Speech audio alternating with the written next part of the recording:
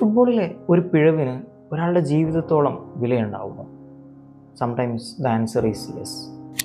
Colombian പ്രതിരോധ താരം Andrés എസ്കോബാറിന് കളിക്കളത്തിലെ തൻ്റെ സൗമ്യമായ പെരുമാറ്റം കൊണ്ട് ദ ജെന്റിൽമാൻ എന്ന വിളിപ്പേരുണ്ടായിരുന്നു.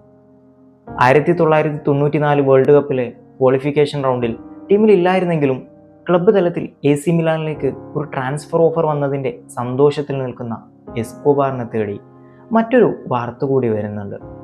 വേൾഡ് കപ്പ് സ്ക്വാഡിലേക്ക് തിരഞ്ഞെടുക്കപ്പെട്ടിരിക്കുന്നു. അത് പക്ഷേ തൻ്റെ മരണത്തിലേക്കുള്ള വിളി കൂടിയാണെന്ന് അന്ന് എസ്കോബാറിന് അറിയില്ലായിരുന്നു. ഗ്രൂപ്പിലെ 2ാം മത്സരത്തിൽ US മിഡ്ഫീൽഡർ ജോൺ കാർക്കസിൻ്റെ ക്രോസിന് എസ്കോബാർ കാലുവെക്കുമ്പോൾ അത് സ്വന്തം ജീവിതത്തിൻ്റെ തന്നെ സെൽഫ് ഗോളായി മാറുന്നുണ്ട്.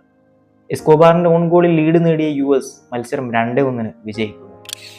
അടുത്ത റൗണ്ടിലേക്ക് കടക്കാൻ കൊളംബിയക്ക് സ്വിറ്റ്സർലൻഡിനെ പരാജയപ്പെടുത്തുകയും ഒപ്പം US റൊമാനിയ മത്സരത്തിൽ റൊമാനിയ പരാജയപ്പെടുകയും വേണമായിരുന്നു. എന്നാൽ കൊളംബിയ വിജയിച്ചെങ്കിലും റൊമാനിയ USA തോൽപ്പിച്ചതോടെ ഗ്രൂപ്പിൽ അവസാന സ്ഥാനക്കാരായി 94 വേൾഡ് കപ്പിൽ നിന്നും അങ്ങനെ കൊളംബിയ പുറത്തു പോകുന്നു. ലാസ് വെഗസിലെ റിലേറ്റീവ്സിനെ കാണാനുള്ള തൻ്റെ പ്ലാൻ എല്ലാം മാറ്റിവെച്ച് ഉടനെ കൊളംബിയയിലേക്ക് വിമാനം കയറിയ എസ്കോബാറിൻ്റെ തീരുമാനവും മരണത്തിലേക്കുള്ള ഒരു നടന്നുകയറ്റമായിരുന്നു എന്ന് വേണമെങ്കിൽ പറയാം.